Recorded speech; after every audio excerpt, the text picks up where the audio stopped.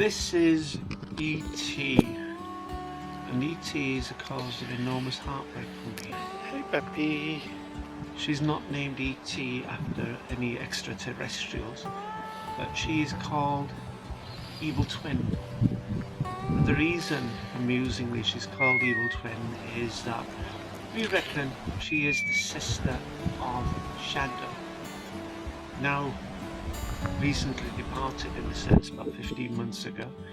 Shadow passed away and miss him desperately. If you look, E.T. is blind in the right eye, and you've noticed about 5 weeks ago she has a cataract in the left. All she seems to do is sleep, and then she'll pop up to the house. At the gate she'll just stare at the house till the human inside gets the message. Feed me. How we got to know each other. Look at this. Look at how close I can get and no further. That's it. That's the problem.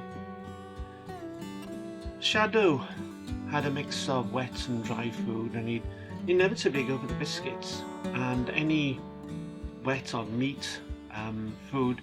Then I'd collect it and I'd put it in a bowl and I'd take it to the bottom of the road, just here. And she would come out of the thicket of thorn and blackberry bushes, this one coming up here now, and she would eat it. And we just got into a habit because I hate wasting food, even animal food. So anything he didn't eat, I put in a separate bowl, and next morning I took it out and she would eat it. And we got into the habit, while Shadow was alive, that she would have anything he didn't eat, And when Shadow passed away, which was terrible, which is why I hate Fridays to this day, Friday afternoons in particular, I couldn't stop feeding her. It would have been an act of, gross cruelty as far as I'm concerned. So this is where she lives, in there somewhere. Somewhere in there, it is impossible to find out how she enters it, because she's a feral cat, and that's what feral cats do. They live in secret. And she now, because she is blind, more or less, apart from shadows possibly, she is now more vulnerable than ever. This track goes about a half kilometre to the top. But yeah, down here is where she would sunbathe, but seeing as we haven't had much sun, then she hasn't sunbathed much. And actually, as I record now, I've just been out to make sure that she's eaten food I put out earlier. It is pouring down with heavy rain, stair rods. I can hear it on the roof of this little bungalow, cottage rather. And she had eaten it, and she was sheltering, sort of cowering under the trees, and whereas she could have come in if we could only overcome those dozen steps that lie between me and her. I've always been stupid with cats. I don't know why. I think I miss Shadow now more than I miss many humans I've met in my life who've gone, died, passed on. And now that emotion seems to be heavily invested in this poor little cat who can only see shadows and lives under a thicket, under the worst conditions. I am amazed that she survived winter, but she has, and possibly that's due to me just spending a blinking fortune on feeding her. Well, there's nothing else I could do. This is one of those secret hidey holes Shadow used to frequent. I don't know what he found there, but he seemed to enjoy going down there. Honeysuckle, I don't know if you noticed, and we've got some roses coming up on the left. Wild rose. So Shadow and E.T., even though avoiding each other, because Shadow was, E.T. was certainly Shadow's nemesis, and I have a film somewhere of them confronting and on top of a wall and fighting as they fall off. Very amusing. But neither would back down.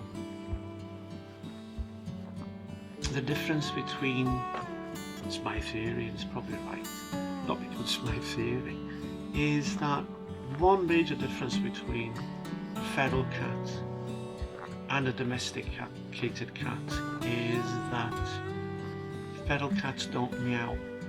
They will growl and they will hiss, but they don't meow, whereas Shadow was, talking to friends, one of the most talkative cats they'd ever come across.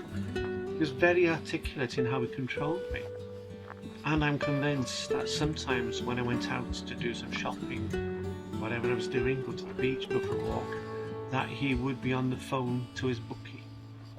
I don't know if he ever won anything, but he never shared anything that had paid for his rent or his food, but I forgave him that because he was a friend. E.T. is more or less blind and she's getting worse, and this is a grave concern for me. She also probably needs to be wormed. It's unlikely that a cat that's lived as she has for a very long time outside that she would not be infested with worms. I tried it recently, and being a feral cat aware of any kind of danger, she refused to eat it, even though she would have been, if she is full of worms as I suspect and eats all the time, she refused to eat it. So it's with the white liquid and the other one were tablets, and she refused them both. And there is that 12-foot gap. It's getting shorter because of her eyesight. That 12-foot gap I cannot traverse. She will not come to me. I'm desperate to get to her because there is shelter in the house. There is a little igloo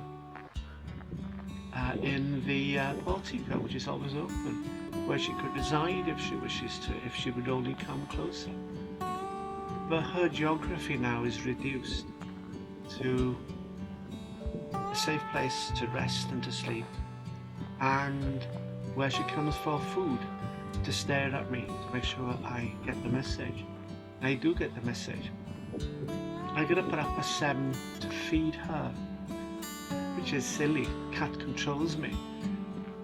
And then at the end of the day, she will get another sachet with gravy, which she likes. Jelly she's not keen on, and I think there is a problem with her teeth, as I imagine it would be. And during the day, about 3 or 4 times, she'll come and stare at the house, and I will go out and I'll give her half a sachet of whatever it is. And she basically, that's all she does. She sleeps under a thicket, and when she's hungry, she will come and get food, and she will inevitably get it.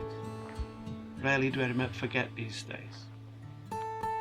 But she's blind, and I'm trying to think about the last time this poor little cat would be wary about tackling, because all she knows is defense and attack. I wonder when was the last time she had affection. It would probably be in her kittenhood from her parents, her mother. And since then, when I think Shadow would have been about 18 years of age this year, and I imagine the same age for her, and to survive to the age of 18 in the environment in nature is miraculous. But she's done it. But she's wary of all things. I wish she wasn't, because there is food, there is warmth, and there is affection in the house, and I know, despite all my hopes in that direction, it is something that will never ever happen.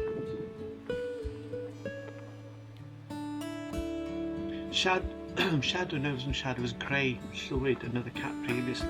This is where she would attack me, out to the thickets when I used to run this way.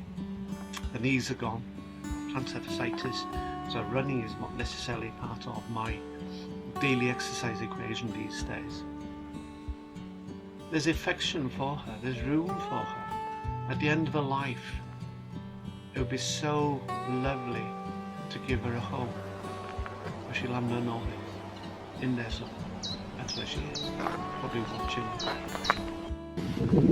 And because she is blind, and this is the heartbreaking thing, if I were to get a charity to come and fetch her, and because of the way she is at the moment, then you know as well as I do what will happen.